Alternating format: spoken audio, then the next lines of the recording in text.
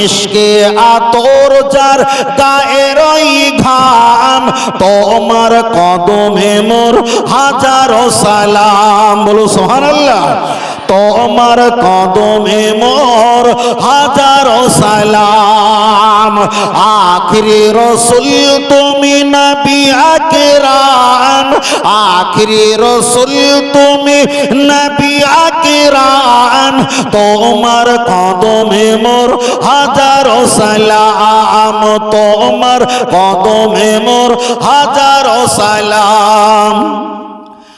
আবু বকর উসমান ওমর সবাই তোমায় দিবানা, গরম পাথর বুকে বেলাল কিন্তু নবীজিকে ভোলে না। অন্তরে গেঁথেছিল নূর নবীর নাম, অন্তরে গেঁথেছিল নূর নবীর নাম, তোমার কদমে মোর হাজারো সালাম, তোমার কদমে মোর হাজারো সালাম। আখিরি রসুল তুমি নবী আকরাম, আখিরি রসুল তুমি নবী আকরাম, তোমার কদমে মোর হাজারো সালাম, তোমার কদমে মোর হাজারো সালাম। বোরাক নিয়ে দয়ার নবী মিরাজেতে গিয়েছে, পায়ের ধুলায় আল্লাহর আরশ ধন্য সেদিন হয়েছে। জান্নাতের রুমে রুমে লেখা নবীর নাম, জান্নাতের রুমে রুমে লেখা নবীর নাম, তোমার কদমে মোর হাজারো সালাম। আখিরি রসুল তুমি নবী আকরাম, আখিরি রসুল তুমি নবী আকরাম, তোমার কদমে মোর হাজারো সালাম। আল্লাহুম্মা খুব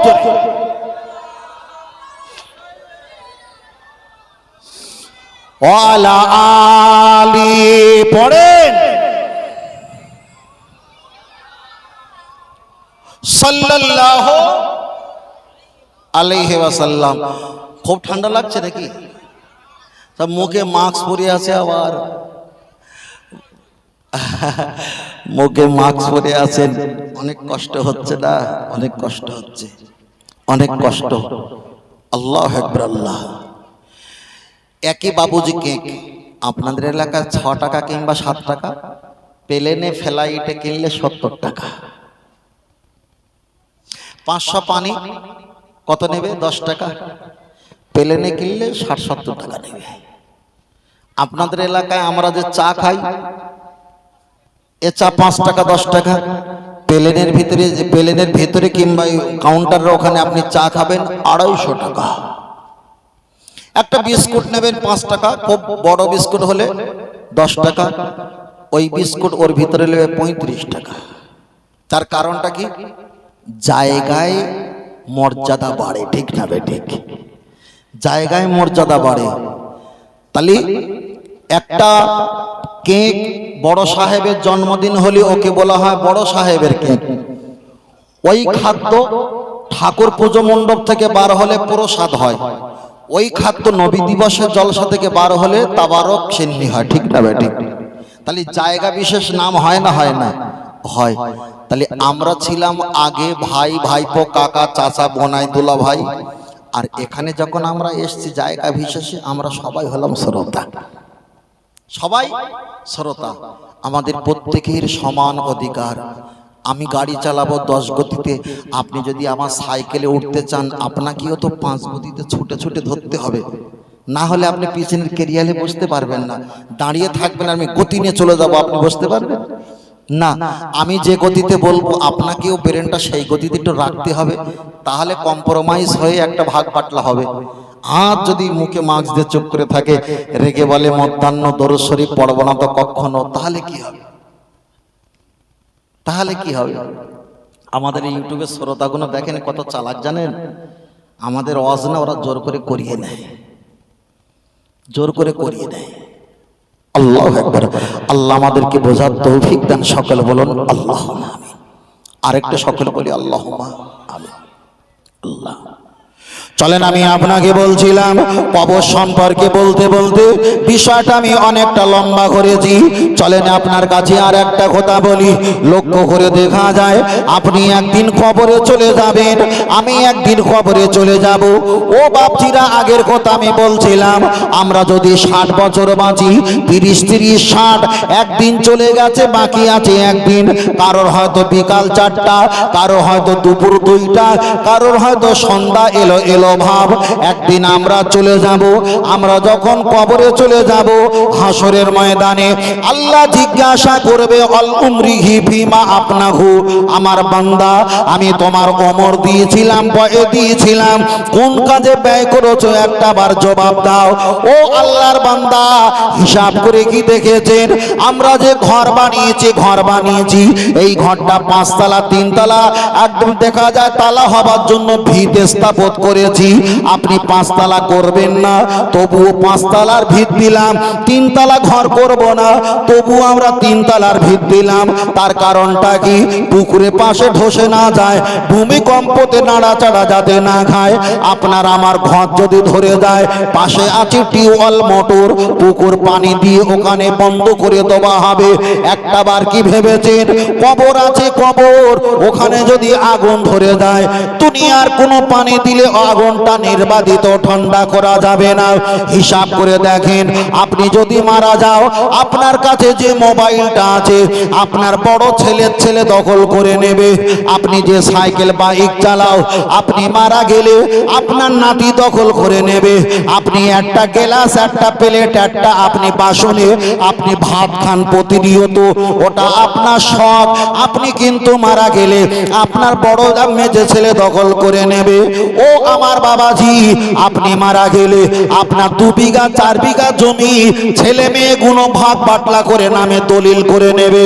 ও আমার চাচাজি, আপনি দোকান চালাও, আপনি মারা গেলে ওই দোকান মালিক আর একজনকে সালামি নিয়ে দোকানটা তাকে রিটার্ন করে দেবে। হিসাব করে দেখা যায় আপনি দুনিয়াতে চলে গেলে আমাদের ভারতবর্ষের কোনো ক্ষতি হবে না, ভারতবর্ষের কোনো লাভ হবে না। আপনি যদি মারা যাও, আপনাদের এলাকায় কোনো ক্ষতি হবে না, কোনো লাভ হবে না। ও আমার চাচিমা, আপনি মারা গেলে আপনার হাতে চুড়ি আছে, নাকের কানের হীরা জহরত কাঞ্চন মণিমুক্তা অলংকার আছে, গোসল করানোর সময় আপনার বাড়ি পরিবাররা খুলে নেবে। আপনার 4-5টা কাপড় আছে, আপনি মারা গেলে ওই আলমারি থেকে কাপড়গুলো নিয়ে ফকির মিসকিনকে দান করে দেওয়া হয়ে যাবে। আপনার বলে আমার বলে কিছু থাকবে। মরে দেখো, মরে দেখো, যেই আপনি মারা যাবেন না, আপনার মাটি দেওয়ার জন্য, লোক ডাকার জন্য আপনার গাড়িতে তেল ভরে সেই দিন থেকে দখল করবে। আল্লাহ আল্লাহ। ও আমার সোনা মানিকেরা, গিয়ে চলে যাওয়া যায়, লক্ষ্য করে দেখা যায় আপনার একটা কোরআন শরীফ আপনি তেলাওয়াত করতেন, মারা গেলে এই কোরআন শরীফ মসজিদের মাদ্রাসা দান করে দেওয়া হবে। আপনার টুপি পাগড়ি পাঞ্জাবি ছিল, লুঙ্গি, ওটাও দান করে দেওয়া হবে। আপনার বলে কিছুই থাকবে না।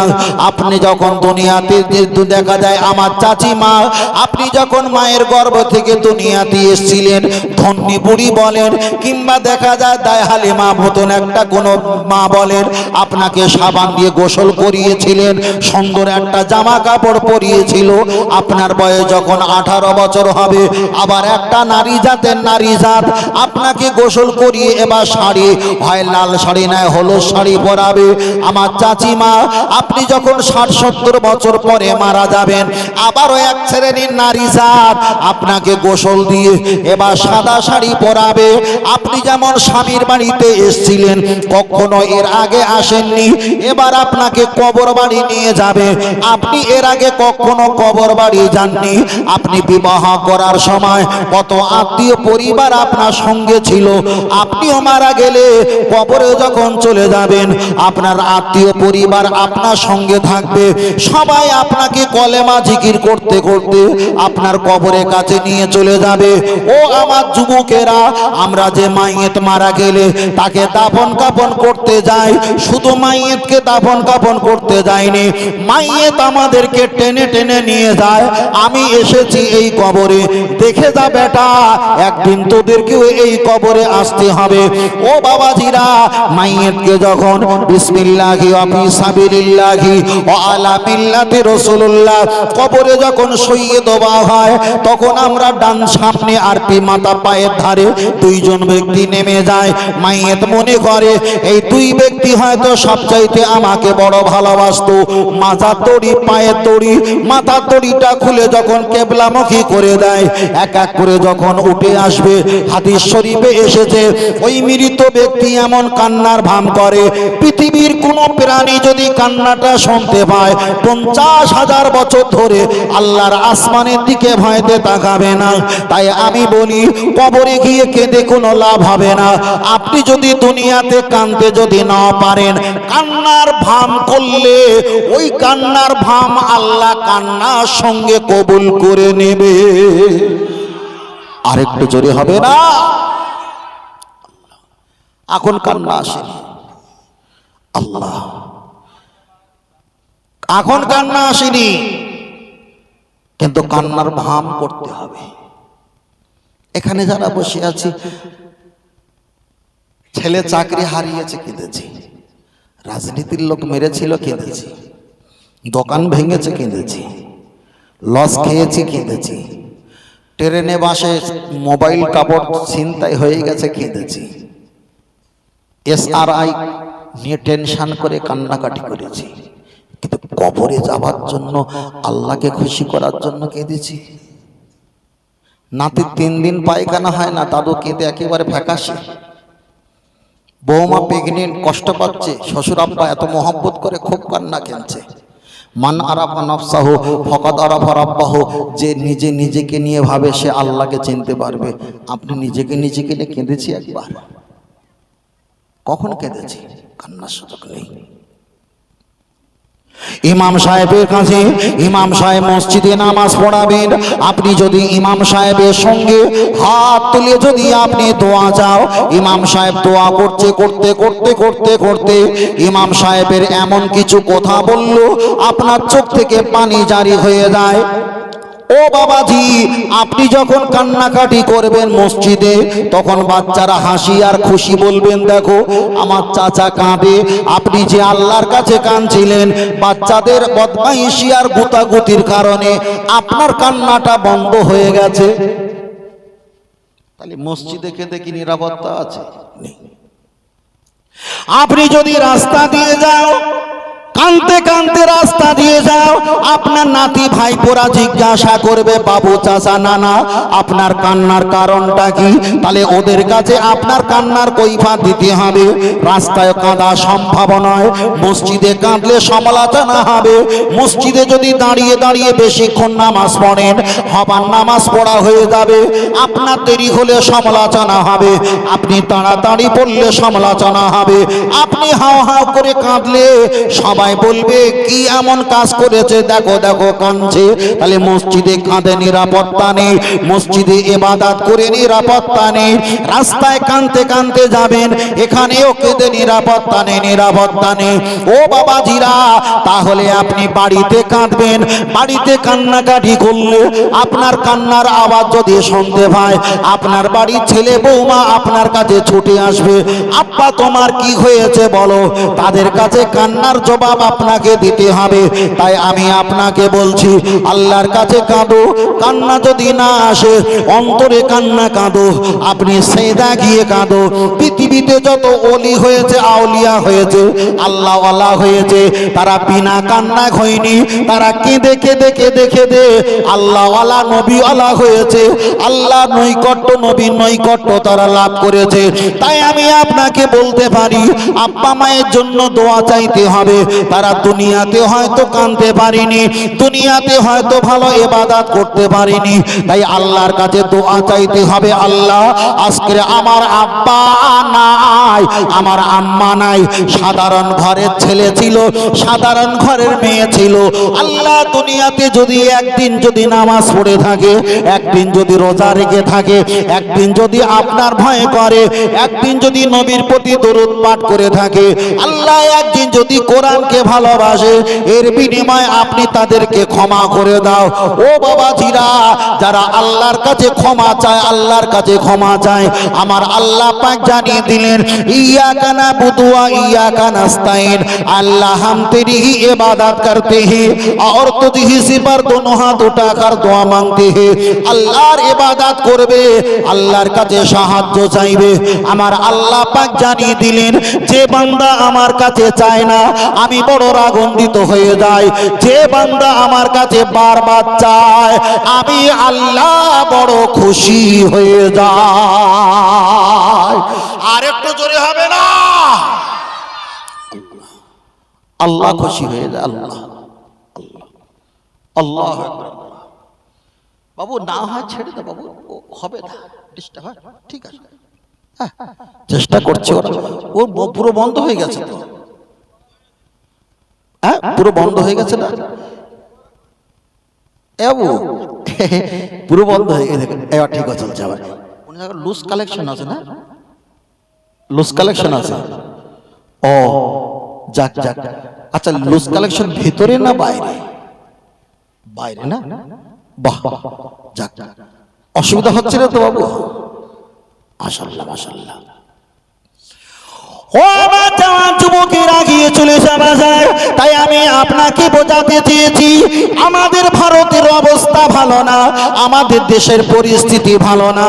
একদিকে মুসলমান যদি নামাজ পড়ে তাকে প্রকাশ্যে জেলখানা ঢুকিয়ে দেয়, প্রকাশ্যে তাকে হত্যা করে কুপিয়ে কুপিয়ে মার্ডার করে দেয়। আমাদের ভারতের অবস্থা ভালো না।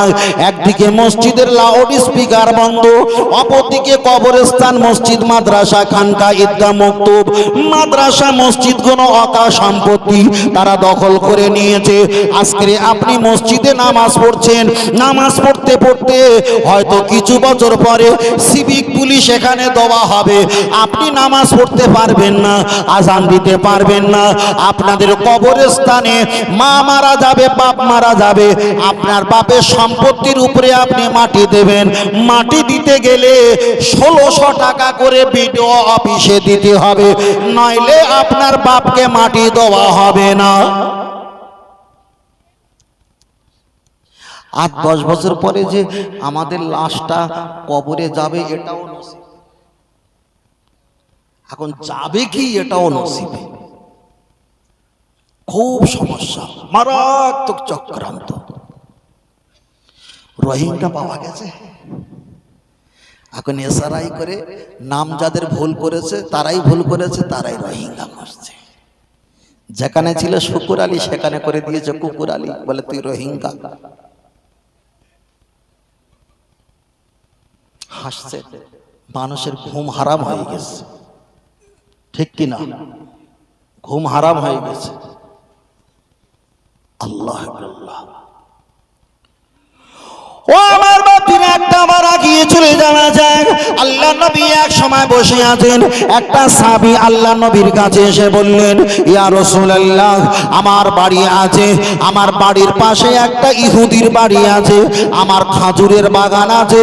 ওই ইহুদিরা ওরা অনেক ভাই, ভালো করে শোনেন, ইহুদিরা অনেক ফ্যামিলি, অনেক ভাই, ওরা জোর করে আমার খাজুরের বাগানটা ওরা দখল করে নিতে চায়। আল্লাহ নবীকে বললেন, হুজুর আমি কি করব? নবী বললেন, তুমি প্রতিবাদ করো। নবীকে বললেন, ইয়া রাসূলুল্লাহ, ওরা হলো 10 জন, আমি হলাম একা, প্রতিবাদ করলে তো সম্ভব নয়। আল্লাহ নবী বললেন, তুমি আইদিয়াকুম, হাত দিয়ে ধস্তাধস্তি করো, ওরা ধস্তাধস্তি করলে তুমিও ধস্তাধস্তি করো। হুজুর আমি একা, ওরা 10 জন, আমি তো পারবো না, সম্ভব নয়। আল্লাহ নবী বললেন, তোমার সম্পত্তি, তোমার জায়গা, তোমার জমি, তোমার ভিটে বাড়ি, তোমার গাছপালা ওরা যদি জোর করে কাড়িয়ে নেয়, তুমি ধস্তাধস্তি করো, তুমি যদি জিতে যাও ইসলামের মর্যাদা বেড়ে যাবে।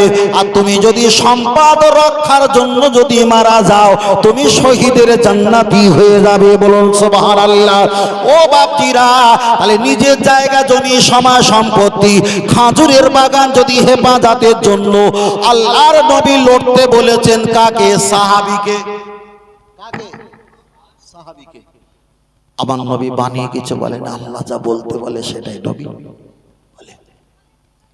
তাহলে নিজের ঘর, নিজের জমি, নিজের সম্পদ গাছগাছালির জন্য নবী যদি তার সঙ্গে লড়তে বলে, তারা যদি যুদ্ধ করে, নবী যদি যুদ্ধ করতে বলে, ধস্তাধস্তি করতে বলে, মারা গেলে শহীদের মর্যাদা যদি খোদ রাসূল বলে থাকে, মসজিদ হলো আমাদের সম্পত্তি, মাদ্রাসা হলো আমাদের সম্পত্তি, খানকা ঈদগাহ মক্তব হলো আমাদের সম্পত্তি, ওয়াকফ সম্পত্তি আমাদের সম্পত্তি, মুসলমানের সম্পত্তি কেউ যদি নেট দিয়ে তার দিয়ে যদি তারা দখলে নিয়ে নেয়, রাসূলের ওই হাদিসটা এখানে ব্যাখ্যা করে আমাদেরকে প্রতিবাদ ধস্তাধস্তি করতে হবে না? হবে না? এবার কেউ যদি বলে না করো না, তো নানার বাড়ি গিয়ে করিয়ে যা, কি হবে?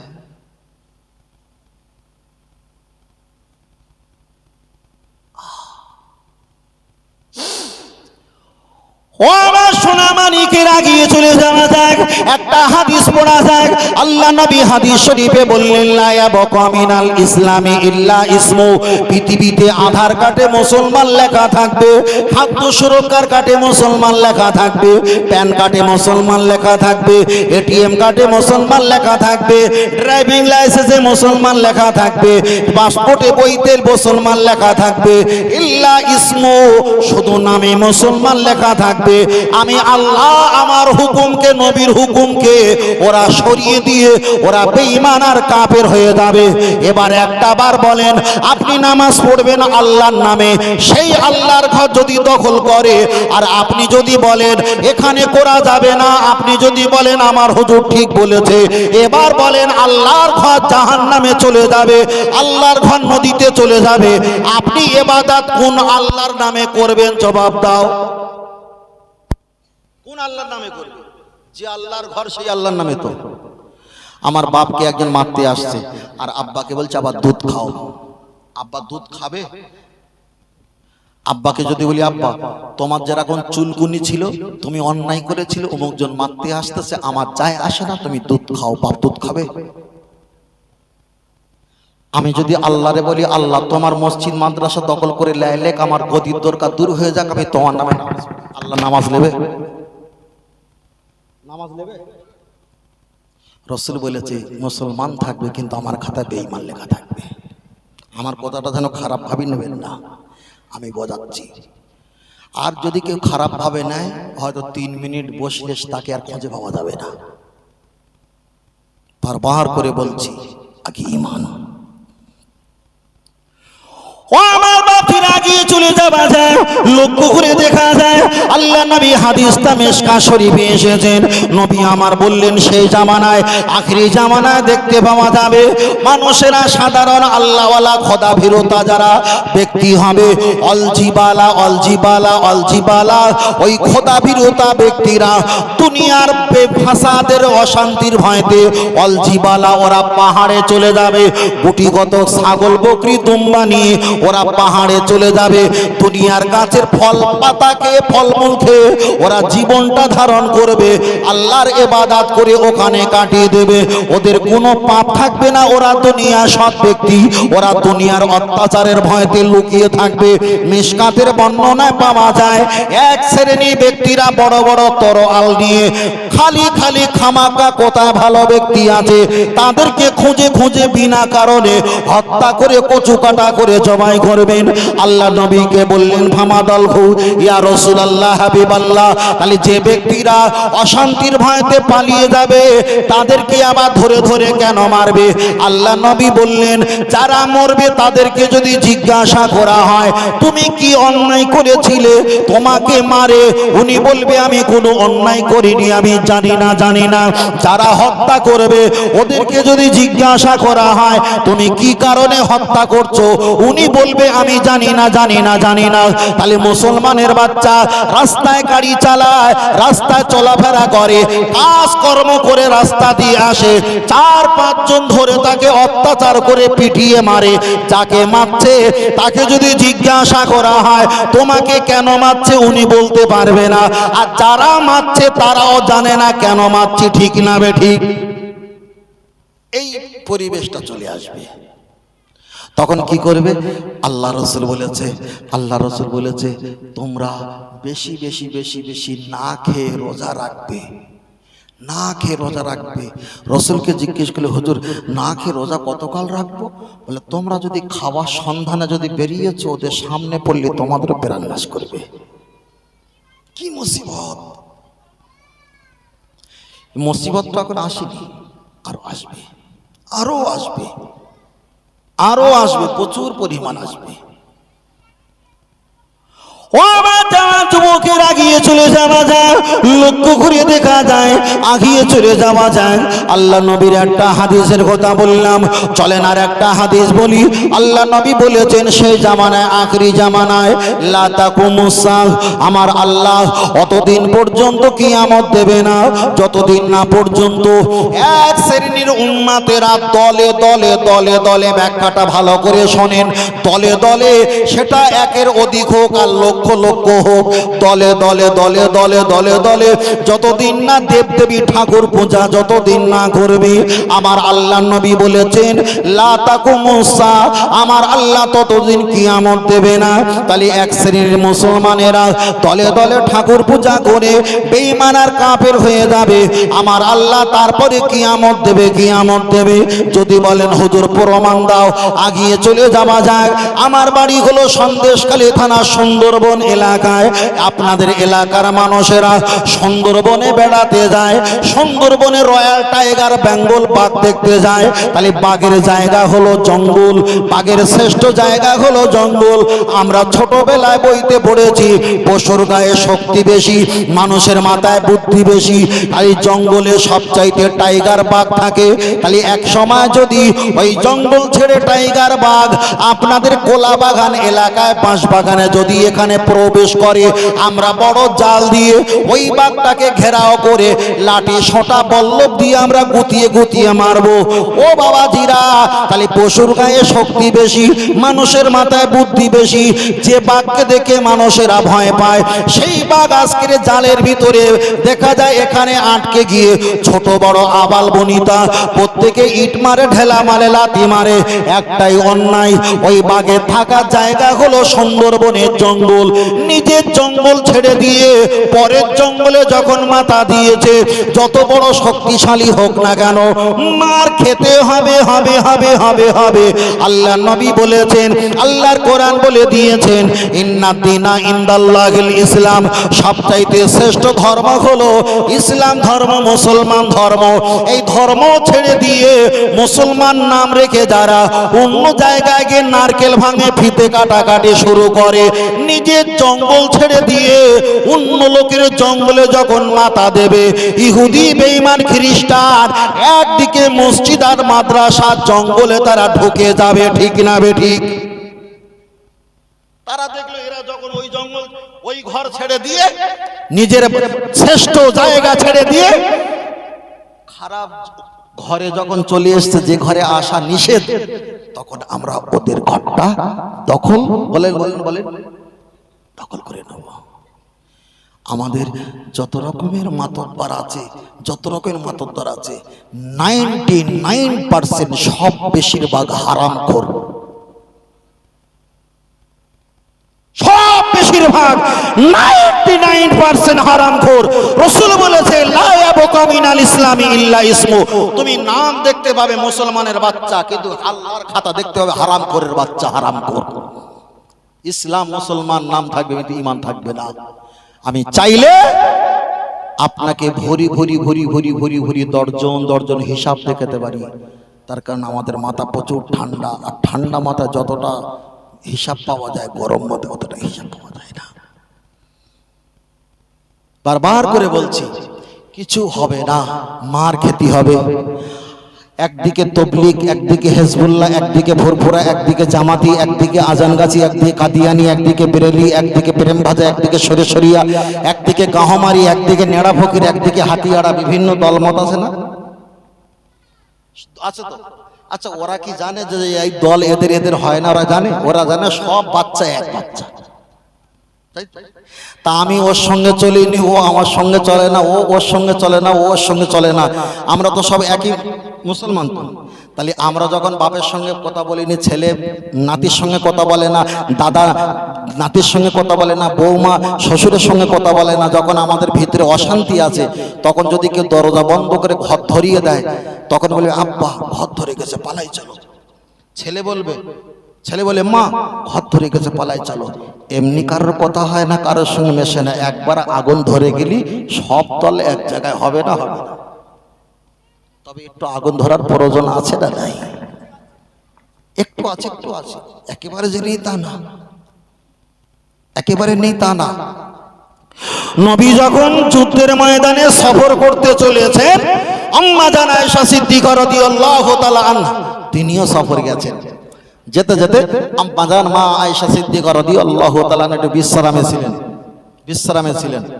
আর আমি সংক্ষেপ করে বলছি, একটা গলা থেকে একটা হার খুলে উট যেখানে শুয়েছে ওর উপরে উট শুয়ে পড়েছে। আচ্ছা উট যদি শুয়ে পড়ে সোনার হারের উপরে, আর চারিদিকে খুঁজলে খুঁজে পাওয়া যাবে?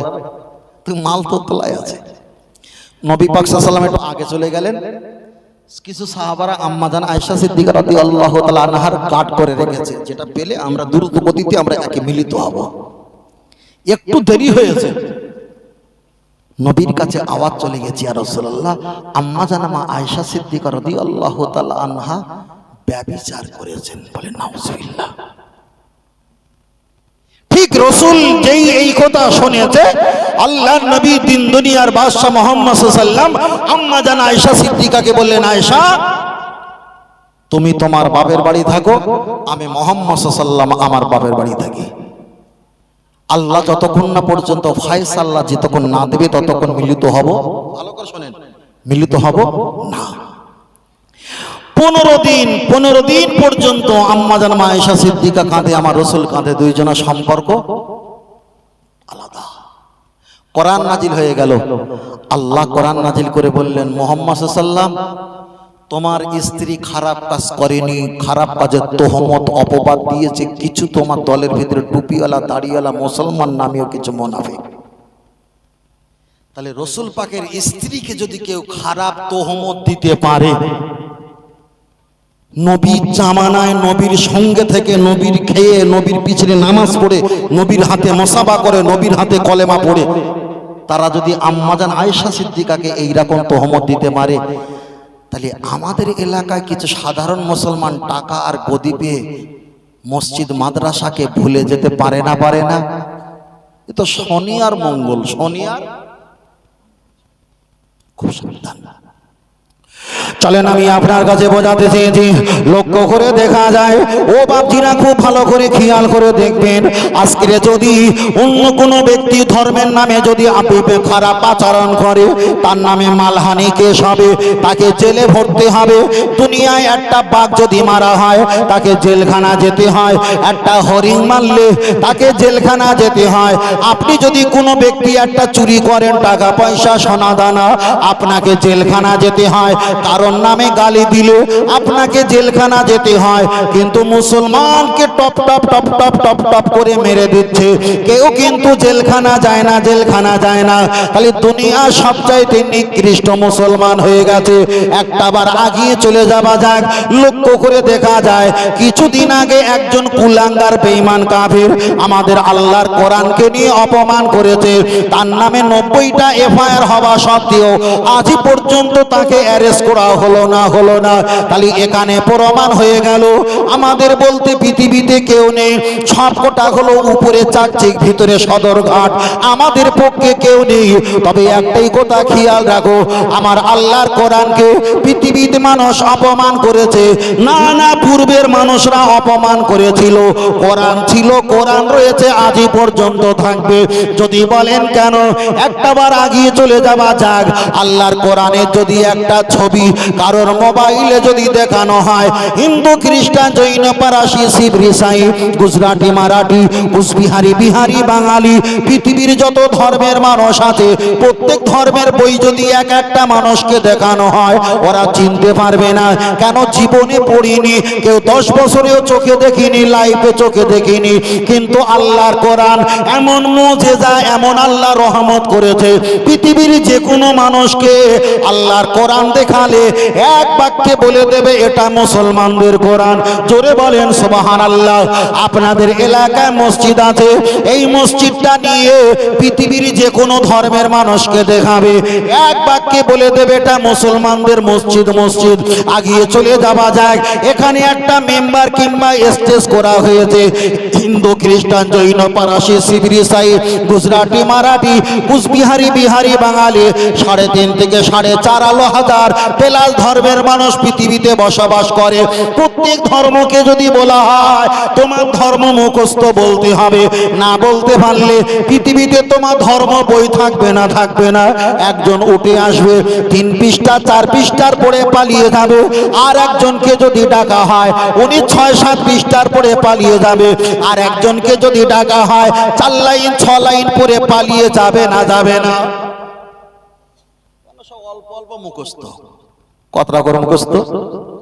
অল্প অল্প।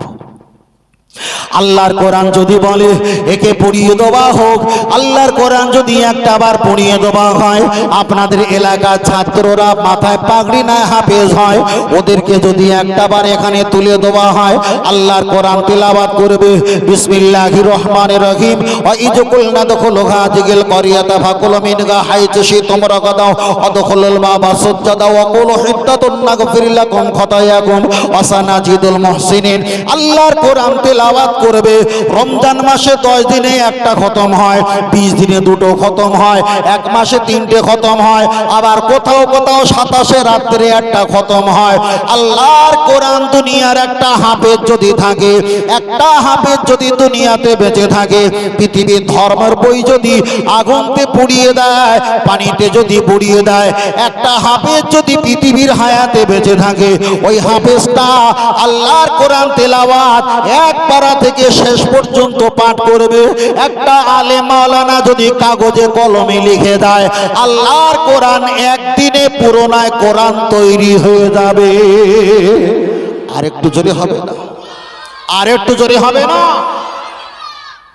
তাই ওরা ভেবেছে বলে ওহো বদরের ময়দানে কোরআন শহীদ হয়ে গিয়েছিল, বদরের ময়দানে কোরআন শহীদ হয়ে গিয়েছিল, বলে আমার কাছে একটা দামি কোরআন রয়েছে। মানে ওর কাছে যে কোরআনটা রয়েছে বড় সম্বন্ধের খালাতে বোনের ভাইজির মেজে চাষের নন্দায়ের স্বামীর বন্ধুর একটা ছেলে নিয়ে এসেছিল। কথা বোঝেননি ভাই? ইমাম সাহেব কাবায় ইমাম সাহেব নামাজ পড়ে, পৃথিবীর লক্ষ লক্ষ দেশের লক্ষ লক্ষ হাফেজ সাহেবরা বিভিন্ন দেশ থেকে তার পিছনে নামাজ পড়ে। কোরআন যদি ভুল পড়ে পিছনের হাফেজ সাহেবরা লোকমা দেবে না? দেবে না? দেবে। সৌদি যাবেন আরবি কথা, কিন্তু আল্লাহকে যখন ডাকবে তখন আল্লাহ বলে ডাকে। আমেরিকায় আল্লাহ বলে ডাকে, ইন্দোনেশিয়ায় আল্লাহ বলে ডাকে, নিউজিল্যান্ডে আল্লাহ বলে ডাকে, ইতালিতে আল্লাহ বলে ডাকে, চীনে আল্লাহ বলে ডাকে। ভাষা আলাদা, কিন্তু আল্লাহকে ডাকার সময়, সালাম দেওয়ার সময় আসসালামু আলাইকুম, আজান দেওয়ার সময় আল্লাহু আকবার, মাশাআল্লাহ, আলহামদুলিল্লাহ, সুবহানাল্লাহ সব। তার কারণ ইসলাম এক ছিল, রয়েছে, কিয়ামত পর্যন্ত থাকবে। বলুন সুবহানাল্লাহ। যদি আগুন দিয়ে ধ্বংস হয় তামাম পৃথিবীর বিশ্বের বইয়ের দোকান, তবে বিশ্ব থেকে হারাবে না পবিত্র আল কোরআন। আর একটু জোরে হবে না?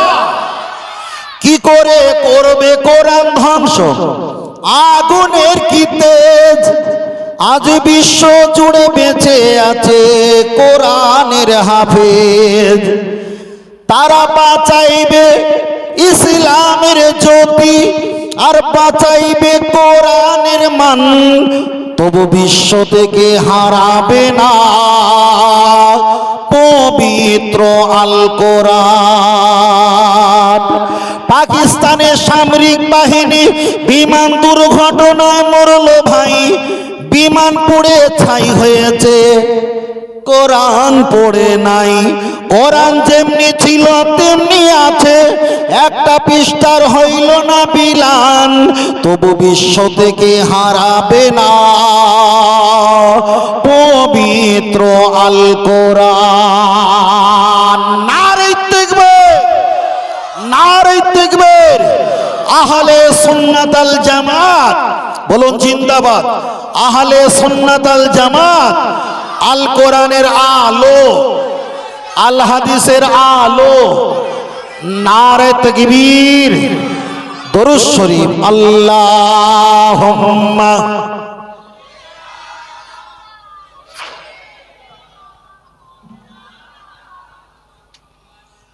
ওয়া আলা আলি সাইয়্যিদিনা সাল্লাল্লাহু। আপনাদের অসুবিধা হচ্ছে না তো? আচ্ছা, এই যেখান থেকে ওয়াজ শুরু করে যেই পর্যন্ত কোনো অসামাজিকতা বলেছি বলে, আপনাদের ছেলেগুলো একটা দুষ্টুমি বন্ধ করলে আর একটু হয়তো ভালো করে বলতে পারতাম। ওরা তো সমস্যা পাকায়, নামাজ পড়তে গেলে তো ঘাড়ে ঠেলে ওঠে। কথা বোঝেন না? আমি যখন প্রথম জীবনে একটা মসজিদে চাকরি পেয়েছিলাম, প্রথম জীবনে পড়তাম, তখন জুম্মার খুতবা পড়া অভ্যাস তো আমার নেই। তা বাচ্চা দুটো বাচ্চা দিয়ে গেছে, তা আমাকে বললো ইমাম সাহেব হুজুর এই দুটো বাচ্চা আপনাকে দিয়েছি, আপনি একটু পড়াবেন, আপনাকে 500 টাকা দেবো। তা দুটো বাচ্চার যদি পাল্লায় ওজন করা হয় খুব জোর 13 কেজি হবে, তার মানে কত বড় বুঝতে পারছেন তো? তা দুটো বাচ্চারে মোটামুটি আসরে পর পড়িয়ে পড়িয়ে পড়িয়ে পড়িয়ে পড়িয়ে একটু নামাজের তাশাহুদ, দরুদ শরীফ, কলেমা এটা ওটা শিখিয়ে ফেলেছি। এখন হতে হতে হতে হতে এরকম 8-10 জন হতে হতে প্রায় 25-30 জন হয়ে গেছে। তা আমি কিছু পড়া নিতে বাকি আছে, আমি বললাম আসরের নামাজটা পড়ে নিয়ে আর তোদের পড়া নিয়ে একেবারে ছুটি দেবো। এখন নামাজ পড়াতে পড়াতে পড়াতে বাচ্চারা তো আসরের নামাজ পড়াতে কেউ হি হি খিকি করে না, করতে করতে করতে করতে হাসা শুরু হয়ে গেছে। আর মসজিদের একটা রাগী মুসল্লি ছিল, বয়স্ক মানুষ, না আমি কাল থেকে নামাজ পড়তে আসবো না। আরে চাচা কি হলো? বলছে না বাচ্চারা হাসাহাসি করে তুমি ছুটি দাও, তুমি ছুটি না দিয়ে রেখে দিয়েছো, বাচ্চারা হাসাহাসি করছে, নামাজ পড়তে অসুবিধা হচ্ছে। আমি বলি চাকরিটা তো কম পয়সায়, সবে তো জীবনে পড়তাম, আমার তো ভালো কাণ্ড জ্ঞান নেই, এও মানে হড়কে গেল, হড়কে গেল। কথা বুঝতে পেরেছো? মনে মনে করলাম। তা নামাজ পড়ে ইমাম সাহেবটা ঘুরে বসে না, তাই আমি ঘুরে বসে বললাম চাচা আপনার খুব অসুবিধা হয়েছে? মানে অসুবিধা হয়নি মানে? আরে কখন অসুবিধা হচ্ছিল? বলে বসে বসে তাশাহুদ যখন পড়ছিলাম তখন ওরা হেসে ফেলেছে, তখন সব আমার গুলিয়ে গেছে। বলি চাচা এখন তো আর হাসে না, এখন সব নিস্তব্ধ, ওই তাশাহুদ যেটা পড়ছিলেন আপনি একটু পড়েন। তাহলে তাই কেন আমার খেয়াল আছে। আচ্ছা বলেন ও চাচারে কি গলা ধাক্কানতে বার করে দেবো না চুমু খাবো? এতক্ষণ বলছিল বাচ্চাদের কারণে আমার নামাজ সমস্যা হচ্ছিল, বিরাট চিল্লাচিল্লি করছিল। যখন বলি যে ওরা বন্ধ করেছে ওই তাশাহুদটা এবার আপনি বলেন, বলছে তাই কেন আমার খেয়াল আছে। তাহলে খেয়াল যদি না থাকে তা অসুবিধা কোন গর্তই হচ্ছিল তোমার? কথা বোঝেন না? তবে একটু আমাদের মসজিদে একটু হাসাহাসি হি হি খিকি প্রয়োজন আছে। কেন? আমাদের বাচ্চাগুলো যদি আমাদের একটু হাসাতো আমরাও কিছু শিখতে পারতাম। আমাদের তো মোটেই নিয়ে যায়নি। মসজিদ একটু নিয়ে যাবেন, যারা হাজী সাহেব আছে তারা ভালো বলতে পারবে। মসজিদে নাবিতে নামাজ পড়লে না মাঝে মাঝে সৌদি আরবিনরা ছোট ছোট বাচ্চা ছেলে মেয়ে নেকাব হিজর পরে নামাজের মাঝখান দিয়ে ওই মাথাতে পাই পাই করে ছুটে চলে যাবে, আবার ও মাথা দিয়ে আসবে। হাজী সাহেবরা হজ করতে যায় বছরে একবার, কিছু বলবে কিছু বলে না। বেশিরভাগ মানুষ বলা কওয়া করে আমরা তো মুসাফির কিছুদিনের জন্য, ওরা আজকের ছুটছে কালকের ছুটছে, একদিন না একদিন ওরা মসজিদ নববীর বড় নামাজি হয়ে যাবে। সুবহানাল্লাহ। কিন্তু আমাদেরও বাচ্চাদের একটু দৌড়াদৌড়ি করুক, আজ দৌড়াদৌড়ি করবে, কাল দৌড়াদৌড়ি করবে, পরশু করবে, একদিন না একদিন ও নামাজ পড়তে পড়তে আর একজনকে পেটে কাফাম করে কিল মারবে যে আমি চিল্লিছি আগে, আর কিন্তু চিল্লানির সময় না, মুখ বন্ধ করার সময়। কথা বুঝতে পেরেছেন? আওয়াজের প্রয়োজন আছে। যে মসজিদে চিল্লাচিল্লি বাচ্চা কাচ্চা চিল্লাচিল্লি হয় না, ওই মসজিদে নামাজ পড়ে কি ভালো লাগে? আমার তো খুব ভালো লাগে না। বাচ্চা চিল্লা চিল্লি হবে, বাতাসা চুরি হবে, মিষ্টি চুরি হবে, ধুমধাম জুতো ছড়বে, ওই মসজিদে নামাজ পড়ে তো মজা। কি হুজুর ভুল বলছি নাকি? কি বলো? হ্যাঁ, ওই মসজিদে নামাজ পড়ে মজা। আনা তো এতে কাঁপবে তো, একেবারে ফাঁকা জায়গা, জঙ্গলে কেউ থাকবে না, বুড়ো বুড়ি কটা কাঁপতে কাঁপতে যাবে, কে নামাজ পড়ে মসজিদে নামাজ পড়ে ঘোড়া মজা আছে। কি জানি আপনাদের কিরম লাগে থাকে, আমার তো খুব ভালো লাগে না। নাকি আমার কথার সঙ্গে আপনাদের একমত নাকি? হ্যাঁ হ্যাঁ, একটু দরকার আছে, দরকার আছে। আল্লাহ কবুল করেন, বলো না আমিন। আর একটু জোরে বলেন আমিন। আল্লাহ বললো ইয়া রাসূলুল্লাহ ইয়া হাবিবাল্লাহ, সবাই বলো, বললো ইয়া রাসূলুল্লাহ ইয়া হাবিবাল্লাহ, আওয়াজ তোলো, বললো ইয়া রাসূলুল্লাহ। বাহ,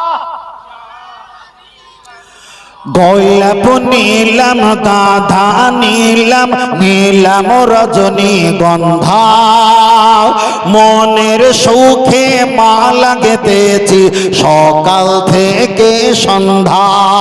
তবে একবার দেখা দাও যদি ও গো কামলি ওয়ালা, একবার দেখা দাও যদি ও গো মদিনা ওয়ালা, হাসি মুখে পাঠাবো তোমায় হাজার দরুদের নজরানা। বললো বললো বললো বললো ইয়া রাসূলুল্লাহ, জোরে বড় ভাই আমার নবীর শান, বলো ইয়া রাসূলুল্লাহ। হলুদ ফুলকে বসনকারী তুমি রংটি কোথায় পেলে, মায়ার নবীজির নূরানি চেহারা হলুদ ছিল বলে, বলো সুবহানাল্লাহ। আর জোরে হবে না? সাদা রঙকে পছন্দকারী তুমি রংটি কোথায় পেলে, নূর নবীজির নূরানি দাঁত সাদা ছিল বলে। আর একটু জোরে বলেন, আর একটু জোরে বলে হলুদ সাদার দোকান থেকে তুলে গেঁথেছি মালা, সুযোগ পেলে পাঠাবো তোমায় হাজার দরুদের নজরানা।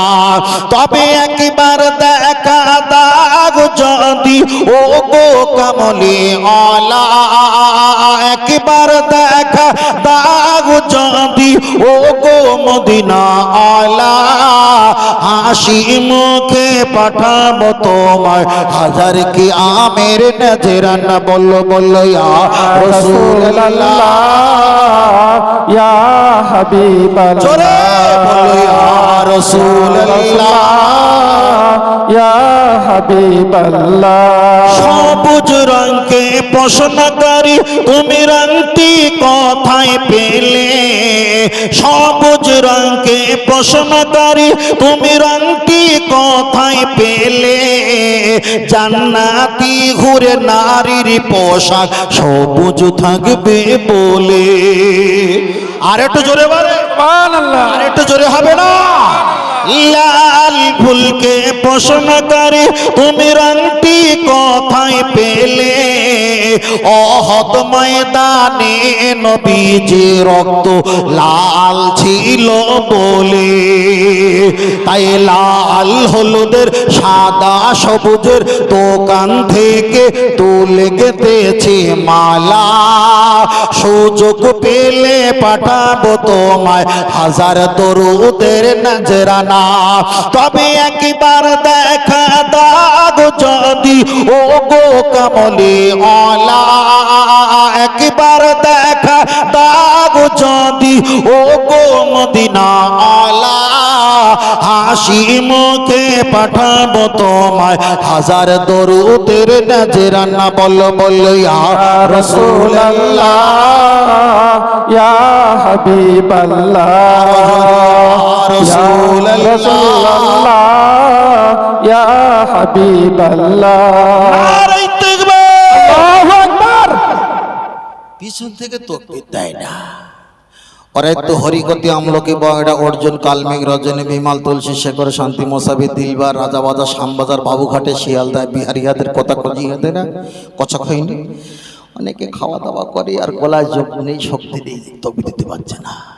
আর দুধ চা তো বেশি বেশি খাওয়া হয়, আরো তকবির দিতে আল্লাহু আকবার, সমস্যা হয়ে যাবে না? মানে আমাদের বাপ চাচারা যদি আমাদের ঠেসে চড় মারে, আমরা মানে 90 বছর অজ্ঞান হয়ে থাকবো, যা আমাদের কন্ডিশন, বুঝলেন না?